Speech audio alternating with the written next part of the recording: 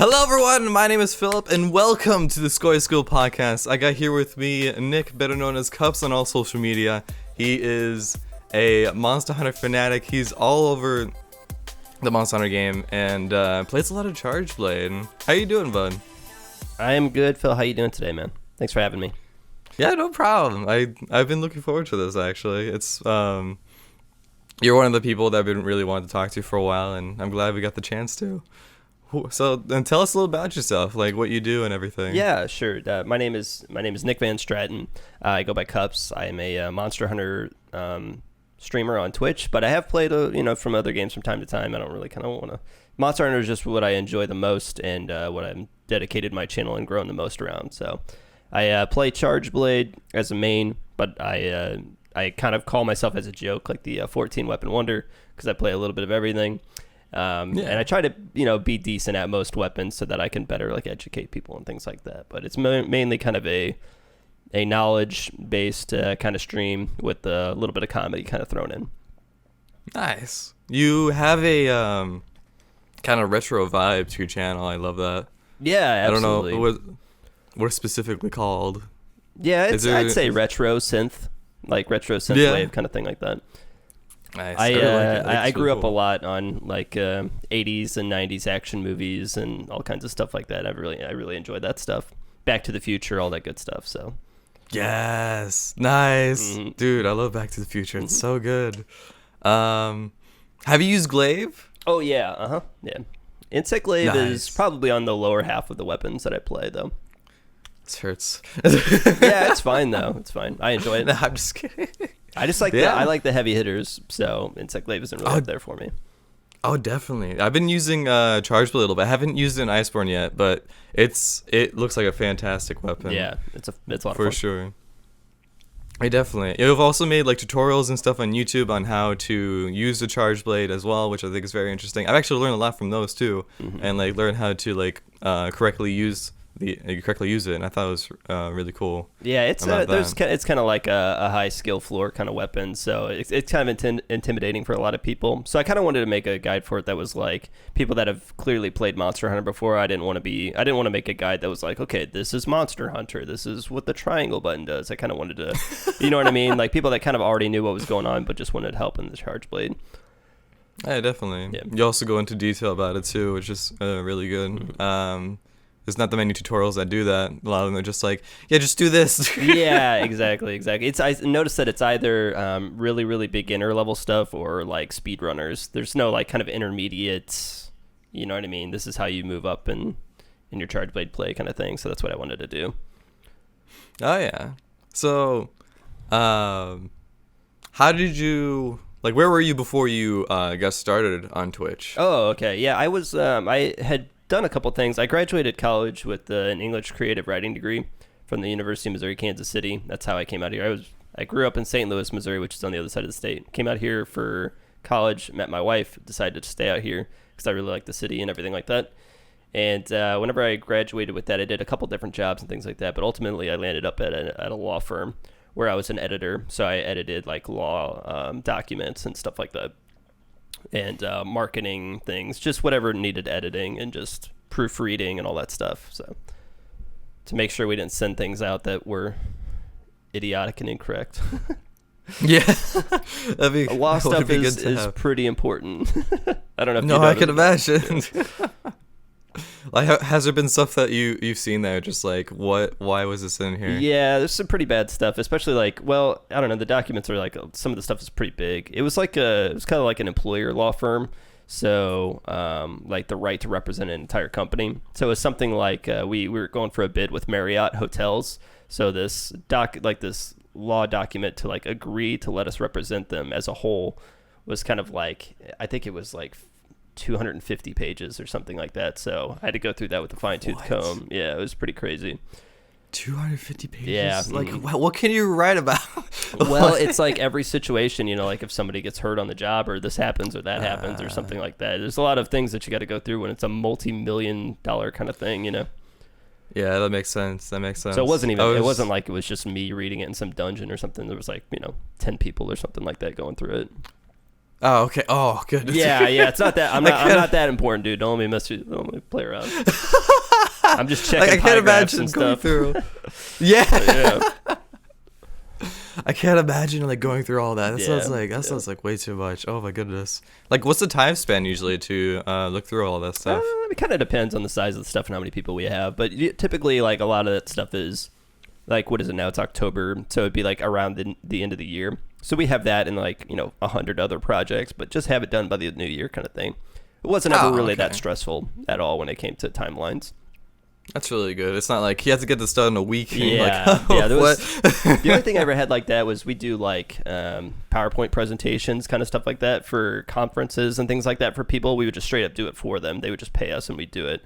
So that kind of stuff was like, hey, I need 50 slides done by next Monday or something like that. So that was the only thing that was ever kind of stressful, but it's not a big deal. Gotcha. I don't know, at least it was easily done, so that's good. Yeah. So what grabbed your interest into Twitch? Like, what how did you like come across it, I guess? Yeah. Well, I've always kind of been into video gaming, I guess, in some way or another. But the main thing, like how I kind of first became aware of Twitch, is I used to play fighting games competitively. I used to play like Super Smash Brothers Melee. I used to play Ultra Street Fighter 4 and Street Fighter 5 and Guilty Gear and stuff like that. I used to travel around the United States actually with my group of friends, and we'd go to that stuff. And I, whenever we'd host our own tournaments or whenever we'd go to other Midwestern tournaments and stuff like that, I would sometimes do commentary for them, which is basically like kind of talking about what's going on over the, kind of like those MLG tournaments where the commentators kind of talk about what's happening. Yeah, like exactly. This person got killed. So then that's kind of when, and then the tournament started getting hosted on Twitch, and that's kind of where I was like, and I was doing pretty well on commentary, so a lot of the guys were like, you should start streaming, you should stream, you should think about it, So that's how I kind of fell into it. That's really cool. I didn't know that. Yeah. I knew you did the tournament stuff. I read that in your bio. Yeah, and I thought it was really cool. Mm-hmm. How did that go competitively? Were you just a commentator or? No, I played a lot. I did pretty well. I'd say I was probably a better commentator than a player, but fighting games take a lot of dedication and a lot of traveling and a lot of experience and stuff like that. It's kind of something that you develop over years, and you pretty much just, because everybody thinks that they're good at fighting games, and then they go to a tournament and they just get completely mopped by people that you've never even heard of. So, you know what I mean? It's kind of like one of those things where since I went to tournaments, I was probably better than 95% of the people that play the game, but that last 5% is just way better than you. Oh yeah, you get to like the final like 15 and you're like, this is how it's like. Yeah, it's kind of like when you start to make the top 32 at a tournament that you're considered kind of good. Which I did that a couple times, but like I said, I wasn't very good. I was a better commentator than a player. Yeah, nice. That's really the commentating part is really fun to do. I imagine like with talking about the game and everything, what's going on. How do you like keep up with that? Like, how do you like immediately like snap into this person's doing this? Oh, they just like got knocked out, and then you go to the next person. Yeah, well, I mean, think about it in context of like let's say about Monster Hunter. I imagine you probably you have some good knowledge about Monster Hunter and things like that. So you could take a look at probably like a speedrunner group of people and just be like, okay, they're fighting Teostra. Teostra is a fire dragon that has ice weak zones to its head. It's also weak to water. This is kind of what they're looking for here. Now he's in blast mode. You want to stay away from those blast procs, and whenever you get hit by, you got to roll 3 times to get rid of it and stuff like that. You know what I mean? So it's just kind of putting in context of what's happening at the time and kind of what the players are thinking of. And there's a lot of book knowledge to fighting games. So if the conversation kind of dips as to what they're thinking mentally, you can kind of take a look at what they're doing technically. So it's a good balance between both of them. Yeah, it's really cool. Like, I'm still learning about the game. There's a lot to the game, especially now with Iceborne now, which is crazy. Yeah. How you liking Iceborne? I like it. I don't know. I think maybe I didn't really enjoy it all that much at first, to be honest. Going through the story was pretty rough for me. It was like, I don't know, I felt like a lot of the monsters just had a lot of life and they moved around a lot like crazy, and I didn't do any damage. So I wasn't like flinching the monsters or anything. It just felt like I was constantly getting run over. And every fight and every hunt that you go into, there's 8 different monsters that are there and they're all fighting. You know what I mean? Like the chaos that ensues. Yeah, I don't think you're the only one there. Like a lot of people, like we're just. It's a matter of like learning how the monsters move as well, because they're, even though they're like a lot of old monsters, they're very new to Monster Hunter World, and not only that, but it's just like they move like really differently from like it's a completely different it's a completely different engine. So even if you do know old monsters' tells and stuff like that, it's still totally different. Mm-hmm. And also Clutch Claw, I'm still not too big of a fan of the Clutch Claw mechanic. It's a little bit too much, but I'm still not used to it. You're like, why don't you use the Clutch Claw? I'm just like, oh yeah, I forgot that exists. Yeah. We've gotten so used to like the base game that we like when you go into Iceborne, it's just like it's like, oh, you have to like get into this position and they have to get into the face. It's you gotta like you gotta take a risk to Clutch Claw, and it only lasts 90 seconds, and a lot of the fights last like 20 minutes, so you're just constantly Clutch Clawing. Oh yeah, oh my goodness, yeah, because the speedruns now, especially with Clutch Claw, like they've been going crazy with it. Like I've seen like 1.5 minutes or something, or probably around 2 minutes run of Volcana with the bow. Which I know which one you're talking about. That was incredible. Yeah. I was like, what? Yeah, we're starting to figure it out. You got to leave it to the speedrunners to kind of figure that stuff out for us. You just like, all right, oh, that's how you do it. I'm gonna use that to my advantage. Nice. So, what grabbed your interest to Monster Hunter? How'd you find out about the game? Well, I'd always kind of played Monster Hunter. I went over to a friend's house a long time ago, and he was playing Monster Hunter Tri, and he was like telling me like, you got to check out this game, and that was on the Wii. And then I was like, oh yeah, this is really good. I really enjoy it. So I was waiting for 3 Ultimate whenever it came out on the Wii U. So then I bought it for the 3DS, and then you could transfer your save. And then whenever it came out for the Wii U, then I started playing 3 Ultimate from there. And then I kind of played 4 Ultimate. That's when I was playing a lot of fighting games. And I kind of played Gen and Gen U like a little bit, but World was when I really kind of sunk my teeth into the franchise. I would always kind of get into like G rank and then kind of just peter out and not play anymore. Mm-hmm. But yeah, World's when I definitely started diving in hardcore. Nice. Yeah, World is especially it's like, it's a little more convenient now as well because it's like it's on console, especially with PC. I absolutely love it on PC. Oh my goodness. It's hard to go back now because Iceborne, for those of you that don't know, Iceborne's only on console right now. So we've been playing on PC for the last year. Higher frame rates, better load times, mods, all this good stuff, and then now we gotta take a few steps back with console. Oh yeah, like I've been saying I might hit PC, but I don't know. Yeah, it's like double dipping is tough. It is. Yeah, because just like, especially since Iceborne is not on PC currently, it's very hard to get back to the old way of playing because I can't do my R2 move when I slam into the ground like Glaive anymore. Yeah, it's funny. Especially like with a lot of like going back to Charge Blade without Savage Axe and stuff like that would feel really weird, I think. You use the buttons and you're like, this is wrong. Yeah, yeah. Get used to tenderizing and then it's not there anymore. It'd be kind of weird. Yeah, yeah, definitely. Oh, look, the Clutch Claw's not there. Yeah, have you thought of getting an SSD? Do you have an SSD? Yeah, I have an SSD on my PS4, but I have the original PS4, and I think I got kind of like a cheap SSD online. I got like it was like $10. So I was like, well, I'm not going to use it for very long. So it doesn't even like feel any better than than original PS4 did. It's a little bit better, but not much. Oh yeah. I have like the original PlayStation as well. But yeah, definitely. I would probably recommend maybe getting a little better SD. Man, maybe I'll just tough it out for another 3 months though, and then just do on PC. I don't know. Yeah, we're really close now. Yeah, it's sneaking up on us. January.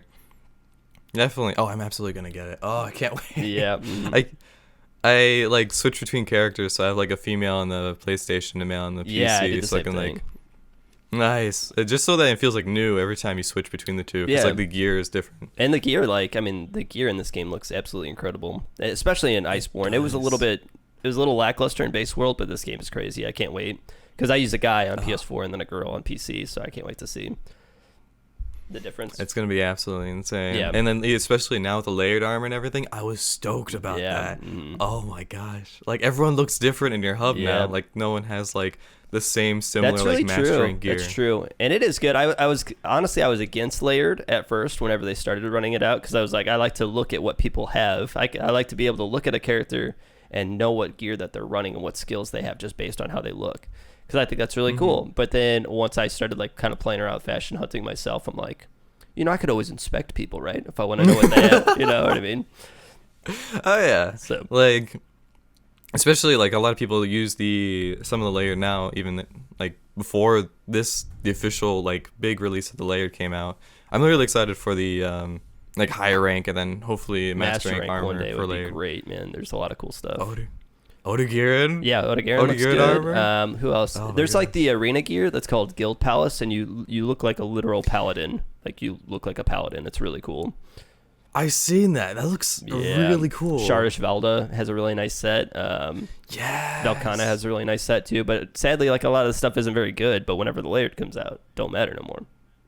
Oh, definitely. Like, everyone's gonna use the different stuff. Yeah. And I feel like the Monster Hunter, the people that are behind Monster Hunter game, like starting to realize that too. Like people are really loving the layered armor because they've been updating a lot about the layered armor on Twitter. Yeah, being like, I'm surprised that they're surprised, the devs, because it's like the GU transmog system was really, really beloved. So, and now they're like, whoa, we didn't know people like transmog. Like, yeah, it's, you know what I mean? Like, what? Yeah, people like to look good, man. People want to look good. Yeah, definitely. But yeah, how do you feel with like where you are now? Like you're really popping off on Twitch and like you're doing really well right now, I think. But yeah, how do you feel? I'm where you doing are okay. Yeah, let me think. Like I'll kind of just go through like stream history a little bit, I guess. But I started streaming. I created my account in June 2017, I think, and I was playing I played like Stardew Valley and like World of Warcraft and some other stuff. I kind of just bounced around from game to game. I played like a bunch of Final Fantasies, like 7 and then 9 and then 12, and then I was actually really like Final Fantasy 12 is like my favorite game of all time. I love that game. So I played it a ton. I was actually kind of in the speedrunning community on that one a little bit. But those speedruns are like 9 hours long. So I said, to hell with that. So 9 hours. Yeah, it is. It's really long. And then like once like one thing goes wrong and time to reset, I just like wasn't really into it anymore. So I played a ton of 12, played a lot of 14, which is the MMO. And stuff like that. Played some Dark Souls on stream and did all that stuff. And then whenever Monster Hunter came out in January, I wasn't streaming then. I was only streaming for like 10, maybe 20 hours a week for like 6-7 months. Then whenever Iceborne came out, I started playing that. It came out in January, but I don't think I started playing it till like February or March or something like that, especially on stream. When the Base World came out? Yeah, when Base World. I don't think I even started until like March because I had taken like a long break from stream. So I'd say probably started really jumping into stream like March 2018 or so. And then I just was pretty consistent on streaming. Then I was like 35 hours, like 20 to 30 hours, maybe a week. And then I decided to go full-time May of this year. And then ever since I've gone full-time, things have kind of just like steadily increased. It wasn't just like the time I was putting in either. Full-time like 30 to 40 hours a week, but it was like the content that I was producing. My stream was looking and sounding better, and you know what I mean? I was putting a little bit more effort into it. You know, created my Discord and all that stuff like that as well. And then ever since then, it's been pretty good. I've had to take a couple breaks here and there because of some illnesses. Yeah. But other than that, yeah, especially lately with Iceborne. Iceborne's pretty good. Been pretty good to me, numbers-wise. I definitely. I feel like it's been really good for a lot of people and involved in the community that stream solely just Iceborne. Yeah, there's a couple things like Cantapermi. Like there's a couple people that have gotten a really big boost, like Cantapermi and Rainy. Rainy went from a certain amount of viewers. Now he's up to like 300-400 viewers like per stream, which is kind of crazy. But everybody seemed to get a little bit of a boost, which is good. I went from like 100 to like 150 or something like that, and you know what I mean.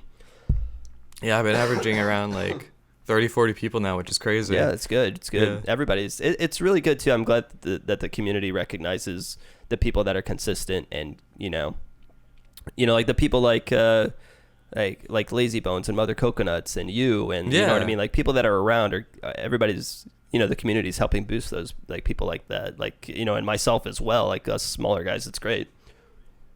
It's absolutely awesome. It really is. Like it's really cool seeing everyone grow and everything. It's really awesome. And then especially especially later on. Listen. You're gonna cut that out, right? Cut that out. We'll get that. That's gonna be gone. That's a post. Yeah. like once like especially in the beginning it was a little difficult because everyone was streaming ice when it first came out. Yeah, for sure.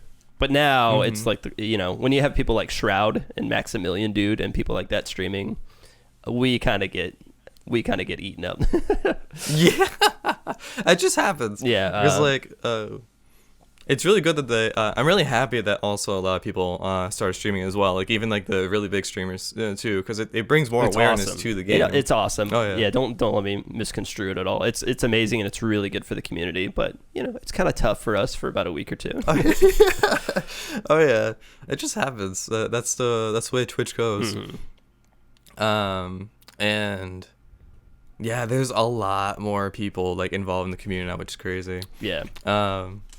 Especially like YouTube content, stuff like that. If you like watch YouTube videos, I'm like, I've never even heard of this guy, and his videos have like 100,000 views on like on Chargeblade or whatever, Insectlave. Yeah, it's crazy. Big examples, Jin Jinx and Tunadako. They're those guys really blew big up, on the YouTube dude. game.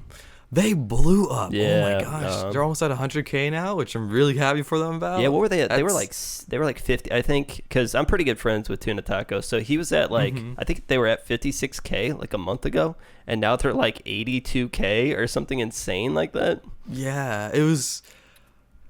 I couldn't believe it. I was like, damn, this is incredible. And what's really funny too is they've kind of changed like the game a little bit because everybody's like, maybe I'll get into YouTube, like like.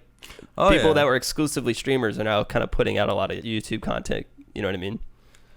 I've been taking a little time off from stream to be able to focus more on the YouTube side of things because it really is important. Networking and just branching out to different social media. Like I would absolutely recommend for like anyone. Oh yeah, it's just absolutely. It's like go ahead. I'm sorry. Oh yeah, it's just because being on like many different platforms, to focus on one platform is definitely very important to do in involving it. And I feel like Jin Jinx and Tunatako are like probably a really good example of that. Yeah, and it was kind of funny because my mom and dad don't like know anything about streaming whatsoever. But whenever I kind of explained it to them and they finally kind of understood it, my dad was like, well, make sure to cast a wide net. And so now I just always think of that, like cast a wide net, like, you know what I mean? Hit a lot of different angles, like hit Twitter and make sure that you're hitting, but don't oversaturate yourself or whatever. But like, like YouTube and then Twitter and then Twitch, and try to do everything kind of equally at the same time. And they have a really nice partnership because Jin Jinx does all like the YouTube stuff and then Tuna does like all the Twitch stuff. And there's a lot of organization, there's like Eric's gaming community that does that kind of same thing. It's just, for us, like guys like you and I that are kind of like on the way up and trying to understand things, it's really nice to kind of see it, go into perspective, see it go into practice, and then see it pay off for people, because it makes it a lot easier for us to understand it, because we're both kind of new at this stuff as well. Yeah. Wow, I lost for words what I was trying to say. Yeah, definitely, because like on the YouTube videos, they always say like check out our Twitch channel, check out our Twitter, and then like on the Twitter they're like check out our YouTube and Twitch. So it's like it all like comes around like everywhere. Like, and basically, go ahead. Yeah, basically whatever platform you're on, never shut up about like the other stuff. Yeah, and you know what? There's always kind of that. It was for me at least, and I know it is for a lot of other streamers too, where you don't want to get like too like sellout-y. You know what I mean? Like, you don't want to like become a sellout, but it's like whenever you see, it's not a problem whenever you watch other people like Eric's or whomever, do that kind of stuff where I'm never like, wow, what a bunch of sellouts. And if you do feel that way, you need to get over it, man, because that's just just the nature of the game. Definitely. And it's like, if it's their living as well, then like I would say sell out away. Yeah, like, take it seriously. What they do. Take it seriously, man. Definitely. I think what I'm gonna go over is that you kind of talked about it a little earlier, but the disease you have, your autoimmune disease. Is it called? It's called ulcerative colitis. Ulcerative colitis. Yeah. Do you want to kind of talk about that and go over it a little bit? Yeah, sure. So we had kind of talked about it a little bit earlier, but whenever I used to work in a law firm. And I had a couple different jobs and stuff like that. But I've had this autoimmune disease called ulcerative colitis since I was about 17 or so. And it was okay it was fine for like the first like 5 years. I didn't really notice it at all. It didn't affect my life at all. until I'd have good. like a flare. So every once in a while you have like a flare, and then your immune system just like plummets. And I get all kinds of ulcers in my intestines and things like that. So it really affects like how I eat, and if your body can't properly like break down food that you're eating, then you're not like getting nutrients. Your weight kind of plummets. It's essentially like the white blood cells in your body start attacking. Like it thinks that everything's a threat, so the white blood cells in your body kind of start to attack your own body. So yeah, like my hair kind of starts falling out, and my skin gets all messed up, and I get really sick really easily and stuff like that. And like I said, my intestines get really messed up, so I can't properly digest food, things like that. So it wasn't a problem for the first 5 to 8 years or something like that. But I actually had to leave my my job at the law firm just because I was taking so much time off, and it was like creating so many complications and things like that. And I'm like, it was kind of embarrassing to kind of talk about at first, but it is kind of like, my life. But like you have like a lot of control issues with like using the restroom and things like that. So whenever you're in an environment like that, it's not easy to like kind of keep a job and have, your coworkers kind of understand. So that's when I left that position, and then I just left work for good. I'm like I'm at like 15 years now or something like that of having the disease, which puts me at severe risk for it. So I'm like at severe risk for like colon cancer and things like that. So we're keeping an eye on that with me and my doctors. And I do monthly infusions. It's kind of like chemotherapy. It's like it's low doses of chemotherapy. I do it every month just to suppress my immune system and stuff like that. And it does have some, it's not fun. I'll tell you that much. I can imagine. Yeah, but things have gotten a lot better in that regard. Like I'm feeling better and all that stuff. But I'm currently not able to work, and I'm on the American Disability Program that kind of helps out and stuff like that. So that's why I also started streaming, and it's been a really good release for me in that way, because I can't really leave my house because I get sick really easy, and like I said, like the control problems and stuff like that. But but streaming makes it really easy. I reach out to people. I get to be social with people. I get to do something productive with myself. Because it's tough, you know what I mean? Like I don't know, I never thought that I'd get really, really sick at 30 years old. You kind of always think like that's like a 60-year-old or a 70-year-old kind of thing. Yeah. So it's kind of weird to have that feeling whenever you're like 30 years old, you know what I mean?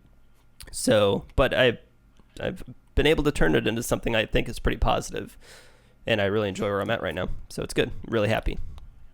Definitely. Like I could see that you're really into the whole fitness thing, and you seem to be, like you said, like you're really on top of it with like going to the doctors and just getting checkups and everything as well, just to be sure that. Yeah, I do. Yeah, I get my infusions every month, and then I have like typically like 1 or 2 doctor's appointments a month as well, just to kind of check up. Because it can get pretty dangerous, especially like whenever it's like flu season. Like if I get the flu, it's very, very, very dangerous, because like my immune system is so weak right now. Have you gotten it? No, I got the flu shot, and that's kind of also why I don't really go out very much as well, because I went to TwitchCon. Like a good example is I went to TwitchCon like 2 weeks ago in San Diego, and there was tens of thousands of people walking around, and I got just like a pretty normal cold, and I was completely bedridden for like 2 weeks straight. So it's like, like fever, like extreme malnourishment, like vomiting, like it's just completely bedridden for like 2 weeks. It just completely crushed me. But I'm out of it now, so that's good. That's good. Yeah, I didn't want to contact you because I saw that you were sick, and I was just like, I'm going to wait. Yeah, so things that are kind of a minor inconvenience for some people completely crush me. So I got to be careful about it. That's totally fine. Yeah, like you had to cancel it one time, but I was like, no, dude, it's totally fine. Like don't even worry about it. Like it's not even just for you, like other people as well. It's just like if people have to like cancel something on me or like reschedule, like I'm totally fine with it. Yeah, and I appreciate that. That was really nice, because I was like, oh my gosh, it is like an hour before we're supposed to record. I feel terrible, but I had to do it, and you were really understanding, but it was good. No, it's totally fine. Yeah. Has it created other complications? Like, have you, like socially, or like you say you don't really go out much? Yeah, it's created a lot of problems, but you kind of have to kind of come to grips with that kind of stuff. I haven't seen my family in like years. They're only able to come up and visit me every once in a while. I can't really travel. TwitchCon was TwitchCon was a really rough experience, just getting out and being in public, and and all that stuff. Just not even like the complications of being sick, but of comfortability's sake. Getting on the plane, being in positions where I was stuck in line at TwitchCon for like 4 solid hours. So that stuff kind of that's really, really difficult. And also I've kind of lost like a lot of friends and stuff like that. You know, I talk to them still online from time to time, but people that I was hanging out with weekly or sometimes daily, I just don't really even talk to anymore. But it lets you know who's really close to you. It makes you value your family a lot more as well, because they're kind of always there for you, like thick and thin. And then also like my streamer friends like you and some others, it's always really nice to be able to talk to people, and people that genuinely care about you. You know what I mean? Just like send you a message on Twitter. Hey man, I saw that you're sick. Is there anything I could do for you? Like, you know what I mean?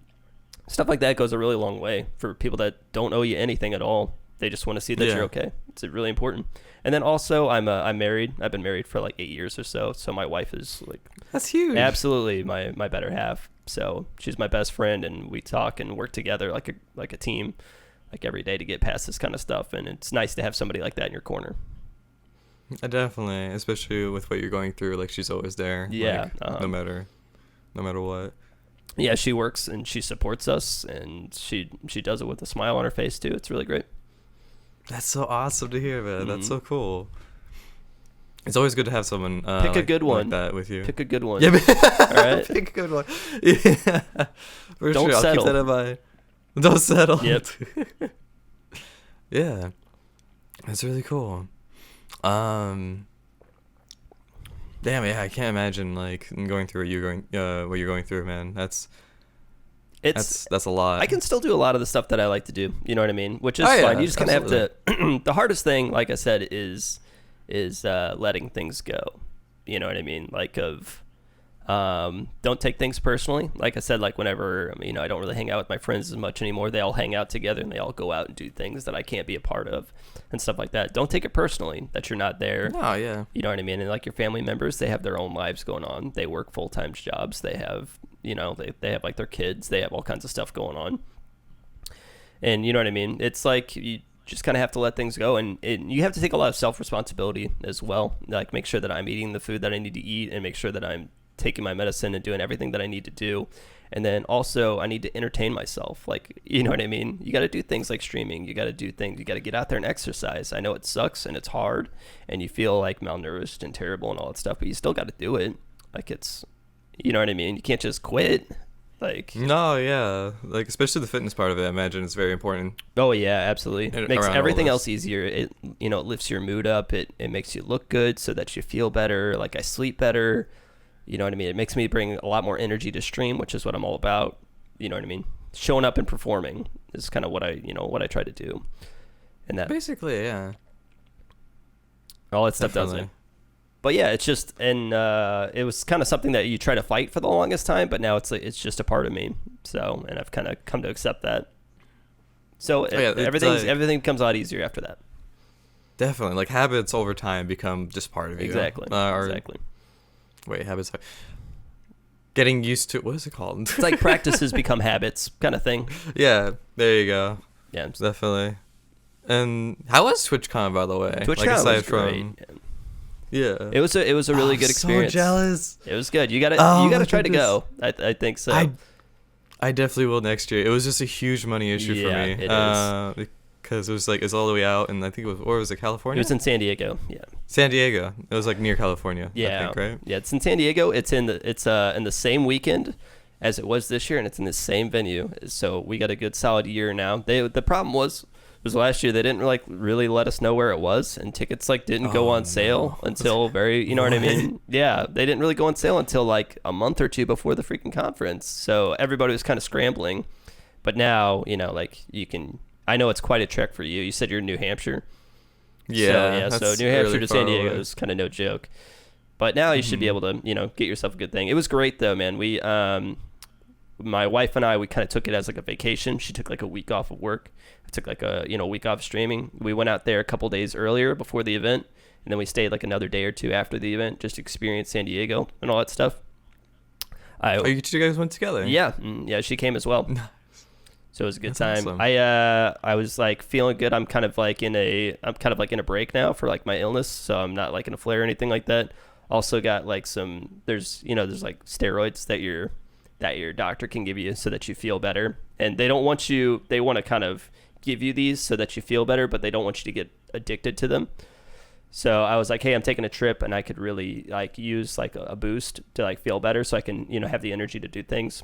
So I was like on steroids and I was like feeling really, really good. And we were walking around and going to restaurants and doing pretty much everything that we wanted to do. So first of all, that's like a huge win. And then definitely. And then even if like the rest of it sucked, like, which it didn't, like even if the conference was garbage, it doesn't really matter because we were in San Diego and we were having a really good time. But the conference was great. It was like, I don't know, it was really cool. It was kind of funny because the first day that I went, we stood in line all day to get our badges to get into the store. I seriously waited in line, I think 6 hours. It took me like 4 hours to get in. And then there was like this thing that where Twitch partners could go to the marketplace before everybody else and buy the things that you wanted to buy.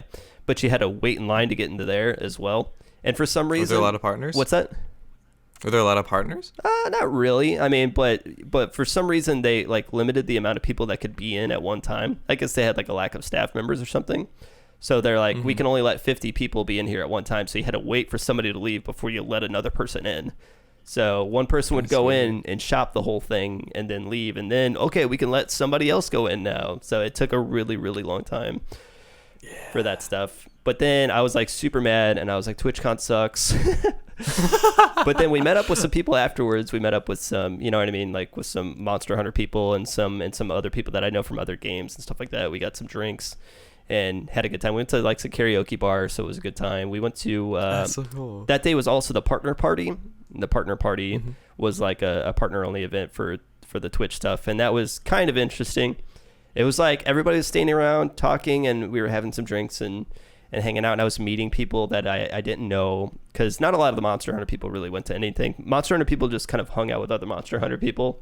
They didn't go to a lot of the Twitch event stuff, as far as I could tell, because I didn't see anybody anywhere. And then all of a sudden, like the DJ showed up and just started cranking the music so that you couldn't even talk to the guy that was next to you. So then everybody just started leaving. There was a Discord party as well that people went to at the same time. People like just bailed on the partner party and just went there. Wow. So first day, what's that? I was gonna say, like, I wonder if they noticed that. That's. And everybody was kind of complaining about it on Twitter too. So I hope next time, like, you want to meet and network with people, so keep things quiet, keep them fun. You know what I mean? I want to talk to people. I want to be able to, I'm not like going out there and grinding on people like in a frat party or something like that. Like, I imagine like a lot of Twitch streamers, I imagine, aren't really like party people. You know what I mean? Exactly. Like, read the room, man. Like, okay. Yeah, it's a bunch of introverts playing video games in the room, like. You know what I mean? Let's crank it up. Yeah, like, let's get this part. Let's open up a mosh pit. Like, no, man, that's not how it is. Nah. So first day was kind of a bust, but second day we were like, okay, let's go just actually check out the conference and go check out all the vendors and go to some panels and stuff like that. And it was kind of funny because we went to all that stuff and I was like, okay, that was cool. And we spent the whole day there. It was like 9 hours or something like that. And you walk everywhere. So we were like, okay, I'm really tired. We walked like 10 miles like every day. It was crazy. And then I was like, okay, I think I've gotten everything that I want out of TwitchCon. I think we can just go do San Diego stuff for the rest of the time that I'm here. And then it was like 2 a.m. and we're like, we're in the hotel room, and I'm like scrolling through stuff on Twitter, and I was seeing like Gatsby and like, you know, our other friends that were there, and I was like, I didn't see that. I didn't see that. I was like, I don't know where any of this stuff is. So I was like, let's just go back tomorrow just to check to see if I missed anything. And there was this whole area, there was the whole main expo floor that I didn't even see, that I didn't even know existed. The main floor. Yeah. So, you know, it's got like the big like Twitch like logo stuff, and there's like music playing, and there's like, it's kind of like, it was literally like an airport terminal of just like vendors, like, you know, like Corsair and Logitech and Mountain Dew, and like all these people were there. And all these people that are like, you know, trying to push like new games that are coming out. And, you know, like merchandise salespeople and stuff like that to check out. And then, you know, people like to apply for sponsorships and stuff like that as well. So we spent all day Saturday there, all day Sunday there, because there was just that much to do. And then like last day on Monday, we just went and did a bunch of San Diego stuff. Like we went to Balboa Park and all that stuff. It was a really, really good time. I enjoyed. That's awesome. I don't mean this to be like toxic at all, but everything that was kind of out of Twitch's control was really, really good. But like, you know, yeah, like a perfect example, and I'm sure you guys saw this on the beer on Twitter. Yeah, the beer was like they pre-poured beer and put it on like tables with like two people watching. And first of all, who the hell wants warm beer? And then second of all, that's like, you know, that's Nightmare dangerous. City, like for, you know, for people drugging alcohol and stuff like that. It's just it was not good. A lot of people were talking about that on Twitter. I saw that. Luckily, nothing happened. Why would they do that? That's good. There was one incident for somebody, but they were not at any Twitch event at all. So I want to make that clear. Yeah. But it could have happened easily. Yeah, easily. Yeah. We just got lucky. That's honestly really scary. Yeah. So there was a bunch of missteps like that, and you waited in line everywhere you went. Like it just to like get into a panel took like 30 minutes to wait in line to get in there. Like it was just all that stuff was handled really poorly. But all the people I met, all the vendors I met, all the experiences I had were a really, really good time.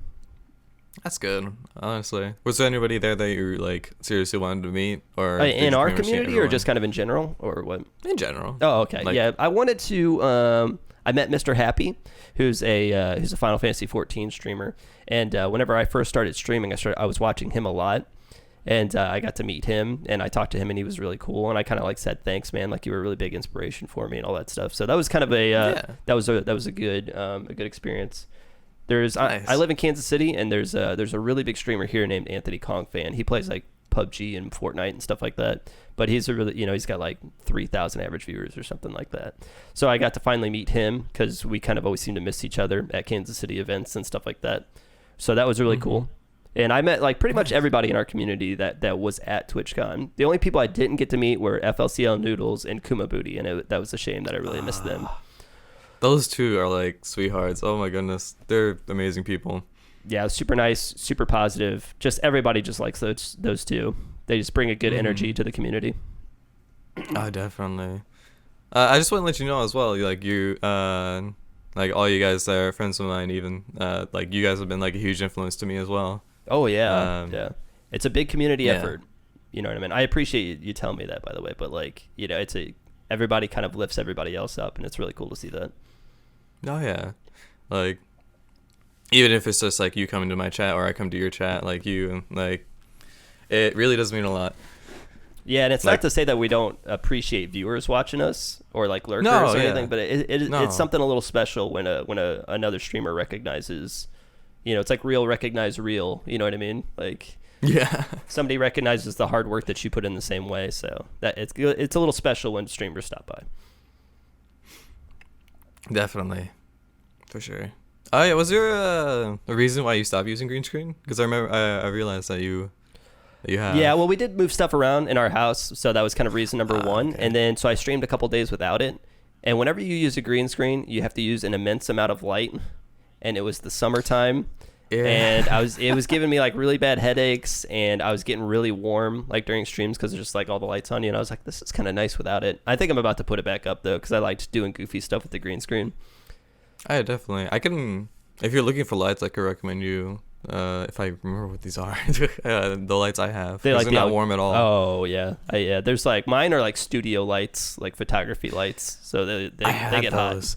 They get hot. Yeah. Oh my god. Yeah. So I think like the Elgato ring lights and stuff like that are like LEDs, right? And they're kind of like, I know there's like stuff like that. Like there's like actual streamer lights nowadays that don't burn hot at all and aren't really all that bright. Yeah. I think those are fine. Yeah. I don't think those emit that much heat. Yeah. For sure. Yeah, I also want to say the charity work you've done as well. I don't think I've said this to Brian, but you and Brian, and now they're doing like a huge charity thing right now. Oh yeah, the 20K one. Yeah. Are you talking about Brian Jitsu? Is it Brian Lee? Brian Jitsu. So I've done a couple things. I usually only try to do like one charity a year. that way, charity drive like once a year, because I don't know, I feel like it makes it special. My community's, I don't really want to ask too much of my community as well, you know what I mean? But we streamed last year and this year. We did a charity drive over 24 hours, and it was for the American Foundation for Suicide Prevention. It's one of my charities that I believe strongly in, and mental health and mental awareness and stuff like that. So we did. Let me think of how much I think we're getting close to like $5,000 over last year and this year, which is a big achievement, something I'm really proud of, especially for only doing like two awesome. 12-hour streams, I think is what we've done, and raised that amount of money. So that was kind of nice. That's incredible. Yeah. Like I was really happy to see you do it, or even someone do it, because it's just like something along the topic of like suicide prevention. It's a very hard topic to like stream on or create not create content around, but like I guess talk about. There's a couple. I chose those mainly. I chose that organization mainly because I really believe in it, and then second, it was like it's not something that you see very often. It's usually, you see a lot of St. Jude's, and you see a lot of streaming things going on for the same organizations over and over again, which is fine. I'm not saying that I don't believe in St. Jude's and like the kids' charities and stuff like that. It's definitely well earned, but there's also some organizations that need some help as well, and bringing issues to the forefront that not a lot of people talk about. Those streams are usually pretty tough because people come in and they donate, and then they tell you a little bit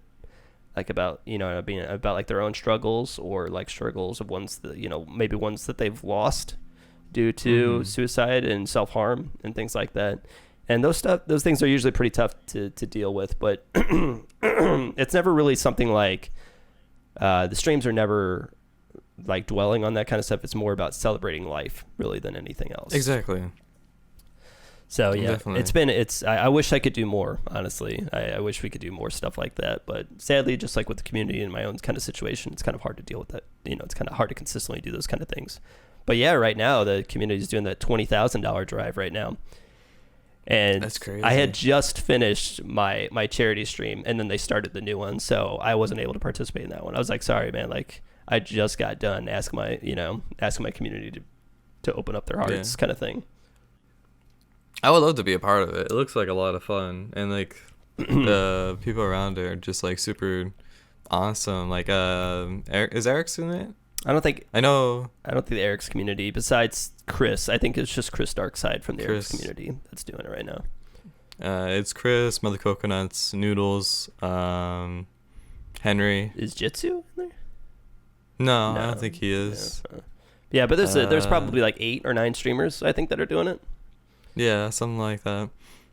It's pretty crazy. Yeah, it's cool. We have a pretty small community, but man, we try to put out the work when it comes to that stuff. How much do we received up to now? Like what, like 8K? Yeah, I think they're getting close to the halfway point. And I think it's supposed to be for the whole month, so we're getting about halfway through the month, so pretty nice. That's awesome. That's really awesome. Yeah.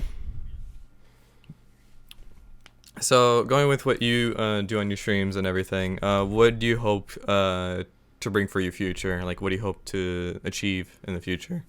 Oh, okay. Well, I don't know.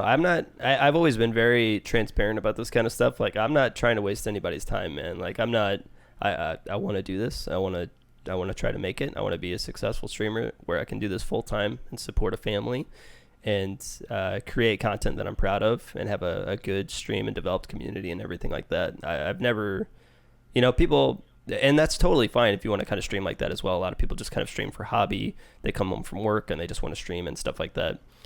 And that's not how I want to do it, man. I want to really try to leave my mark on a community and be able to do this full time. So I definitely want to move into streaming.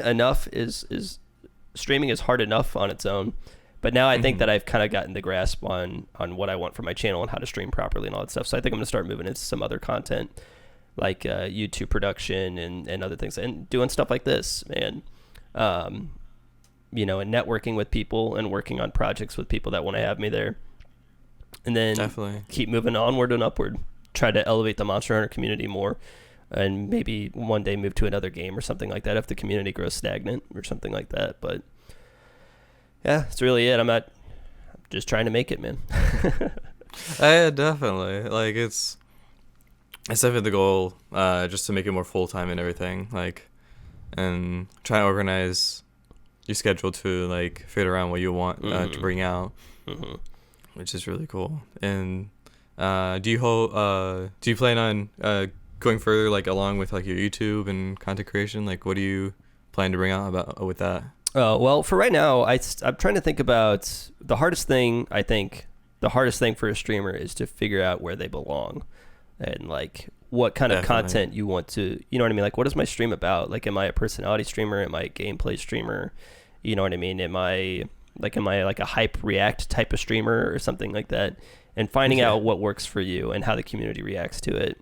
So I think what the community kind of expects from me is kind of like more knowledge-based playing. I'm kind of like, somebody told me that I'm kind of the bridge between casual streamers and speedrunners. So like kind of taking that into account, like more informational stuff, like like proper weapon guides. Like I just kind of put out that charge blade guide just so people would stop asking me on stream, and it's you know what I mean? It's like people now it's like people react super positively to it. It's like it's got like 20,000 views right now or something like that, and it's basically just a VOD that I put up from stream. And so more stuff like that I think is what people really would like to see, because I apparently, like, people told me that I kind of put things in a concise, easy to understand way, and I don't really waste people's time. You know what I mean? You do. So just more stuff like that, more knowledge-based stuff with a little bit of personality thrown in is what I'm kind of immediately going for right now. The project that we're going to start working on, and we're about to put out our newest video, me and my buddy work on this kind of stuff together. But the thing we're going to start doing are set reviews. So, and it's not just like, hey, do this set for this reason. I want to explain to people why the set works. Because it's not just like, hey, here's the meta set, man. Purple sharpness is great. Make sure you crit a lot. Okay, see you guys later. Like, I want to put into context of why these things are good and why they work. Definitely. So, and we're also doing, we're going to start an off-meta series. So, sets that are about 90% of the way there. Like, sets that are, you know what I mean? Like I said, like, not the most efficient super speedrunner build, but things that are kind of right outside of that a little bit that everybody can use, that are, and why these work, and something that's kind of interesting so that we're not just seeing the same. You want to make sure you crit a lot, dude. Critting rules. Like, it's, you know what I mean? Yeah. And the video. Critting rules. Yeah. You know what 10 I mean? seconds long. Yeah, exactly. Critting's the best. Like, do things that are just a little bit outside of the meta, and maybe we can find something new, and then we can go into context of why things work and why they don't. Definitely. I love that idea. That's really cool. I think that'll definitely really go well. Yeah, I think so. Yeah, definitely. My friend and I just started, I think last week, a video series on making sets that represent like an anime character. Oh yeah, that's cool. People are really into fashion hunting. Mm-hmm. I'd say that's probably more into fashion hunting than being efficient. I think we're just like really used to the echo chamber of what's most efficient, but 90% of the Joe Schmoes that play this game are not really looking to be mathematically efficient. They don't really care. Oh yeah. Like, there's definitely different types of content down there. We thought, like, we haven't really seen anything that, like, make a build that represents a character instead of being, like, this is the best gear you can possibly get. So we thought about, like, what's the person's weakness? So we look kind of, like, around that, and we're like, oh, okay, this was, like, what does this person specialize in? He specialized a lot of crit, so we'll pull out a crit in the build. Mm-hmm. Like, there was one build we did, the video we did last week was All Might from My Hero Academia. Oh, cool. I'll have to see that. Yeah. It was, that was probably one of the most edited videos I've done in a while, because we made a script for it. Mm-hmm. I talked about more of the anime side of things, and my friend who's really good into, like, making builds and everything, so he just talked more on the build side of things. That's really cool. That's really cool. I like it. Oh, yeah. I can link it to you after. I'll watch it. I try to stop by on a lot of your stuff. It's kind of hard when a lot of people are producing a lot of content, but I usually do watch your stuff. Definitely. Oh, that means a lot. Honestly, I've heard also you've watched the previous podcasts and stuff as well. Yeah, and I watched the one with the guy. I didn't know who it was, your last one, but I watched the one with Jitsu and some other ones that you've done as well. Mother Coconuts, I think you've had on the show before. The Monster Hunter community is definitely a lot different from, like, all the other communities I've seen, because I used to stream a lot of Call of Duty Zombies, and that one wasn't really community driven at all. It was very not people just kind of like went to Call of Duty just to stream for a bit and then go back to their main game, or there are a lot of variety streamers that stream it, but there wasn't like solely just those people or something. Yeah, it's a completely unique experience as well for me. Like I said, I was into fighting games for a long time, and it's I think it's kind of the nature of the game that it's a PvE game instead of a PvP game. It's a cooperative PvE game, so it kind of attracts a little bit different type of group than PvP, just inherently. You know what I mean? And I think it's also that the game it's very difficult.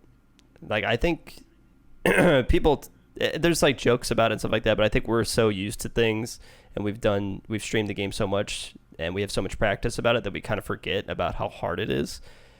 Like, just think about how much you and I still cart and make mistakes and mess up and stuff like that. And we have like literally thousands of hours in the game. Just think about, some guy that's like 40 hours into the game and never played a game like this before. It's like, the game's probably immensely difficult. So I think it breeds a good community of like humility and cooperation and knowledge sharing and all kinds of stuff like that. So I think that just attracts a different type of streamer and a different type of player. Yeah, definitely. Yeah, there's a lot of different kinds of people on here. Yeah, that's crazy. It's just really interesting, and then you see like a lot of the same people in here as well, and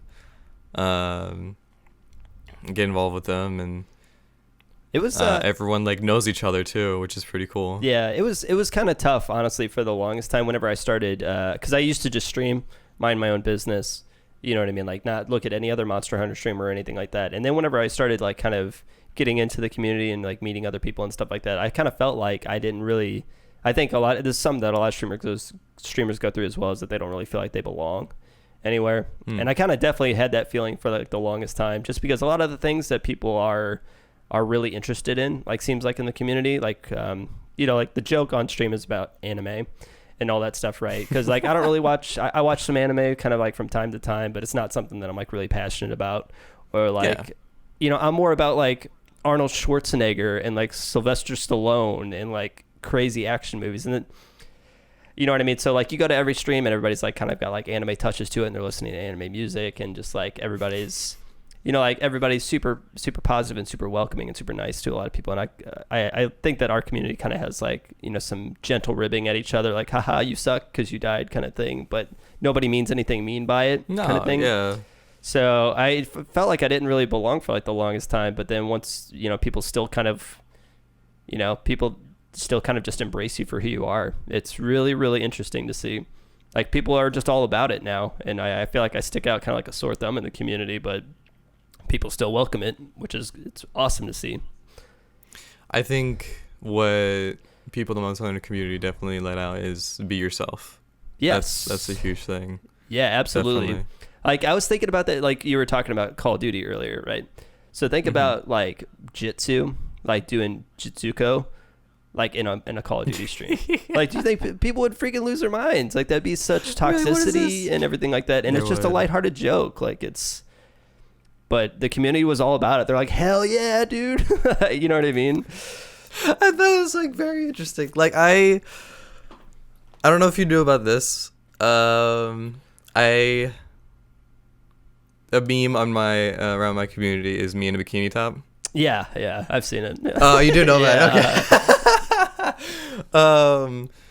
Yeah, it was like a bet I lost a while ago, and then I kind of just let it go. And then the community, like, I don't know what it was, but someone saw my emo. It's like, why is there an emo with you in a bikini top? And I was like, oh gosh. I have like a command that shows the tweet and everything with me in the picture, and it was just super embarrassing. And then it became a huge thing that people wanted to see on stream. Yeah. I was like, oh god. So I did a 24-hour live stream of me in a bikini top. Yeah, it's just funny too, right? Like, nobody's like giving you any kind of hate or anything like that. Everybody's like, Lamau, this is hilarious. You know what exactly. I mean? Yeah. And there was, it's so embarrassing. It wasn't as embarrassing. It wasn't that embarrassing to like stream in it, but it was like super embarrassing when a raid comes in. Because they have no idea what's going on, and you're like,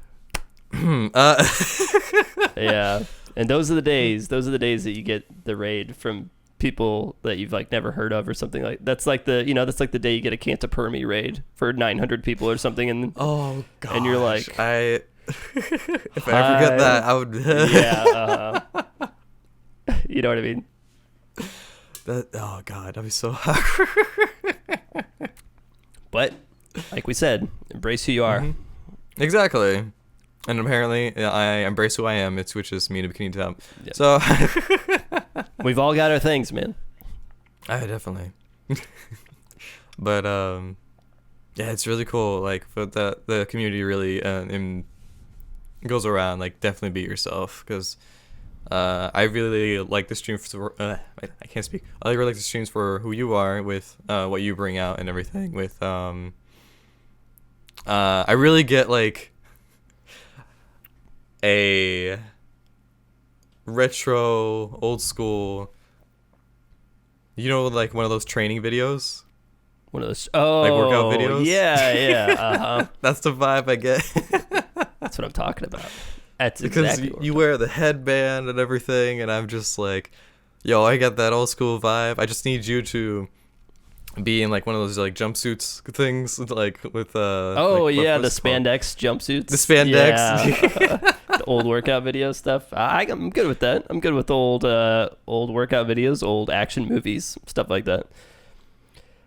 That'd be really cool. That'd be really funny and really cool to watch. Yeah, it's kind of funny. I tried to do like the hyper masculinity. I just want to kill, like, because people, like the community universally loves Dodogama, and like, oh, he's just like a cuddly little boy, and I'm like, no, like I want to kill him, like I want him dead. You know what I mean? Make me gone. Yeah, they're all my enemy, man.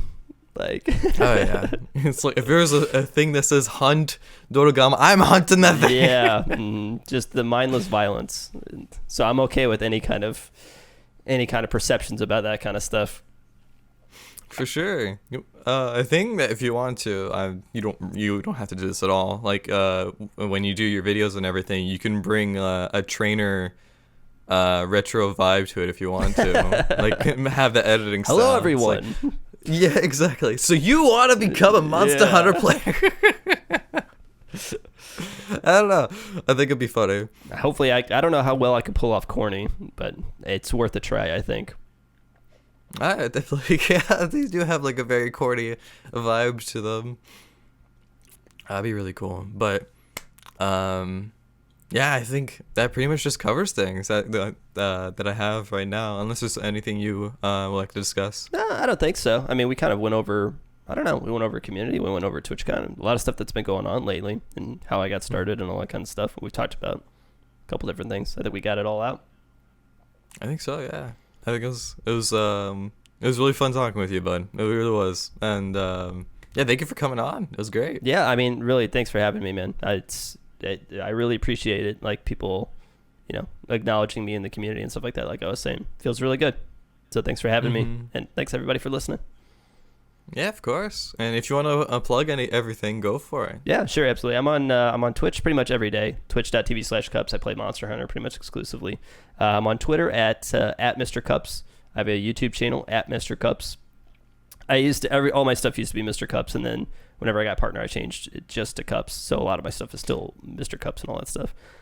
Yeah. But how did you get Cups? I was surprised. Well, there was like an inactive account. Like there was an account that had like 5 followers or something like that was named Just Cups, that had been around forever, and they don't watch, they don't comment, they don't do anything. So I was like, hey, because they didn't stream or anything. So I reached out to Twitch support, and I was like, hey, do you think I could take this guy's name and you could make this guy's like account inactive? So they did. They did it for me, which was really nice. Which was really good too, because they let me keep Mr. Cups. So there's no more Mr. Cups. That's mine, and then Cups is also mine. So wow. Yeah, so people can't people can't take Mr. Cups. It's gone. That's really cool. Yeah, I was able to, like, with my name, I got really lucky because it's like a Swedish term, and I was just like, I named everything SkojSkull. The only one account that I haven't been able to name SkojSkull, I think it was Microsoft, and I think it was TikTok. Oh, TikTok, nice. It's my PS4 account is the only one that I can't have and it's now my PS4 account is just Mr. Cups, like the 80s band, Mr. I don't know if you've ever heard of Mr. him. Yeah. Oh, I don't think I have. So yeah, it's That's cool. Mr. Cups. That's cool. But thank you so much. Thank you to everyone for watching. All the links to everything that we mentioned will be in the description below, like the charities, and like all of our social links and everything. All of that will be down there. Make sure you guys go check them out. Check us both out on streams. We live stream pretty frequently. I definitely recommend checking us out. But yeah, thank you guys very much for watching. Thank you guys very much for listening. We'll see you guys next week. Goodbye. See ya.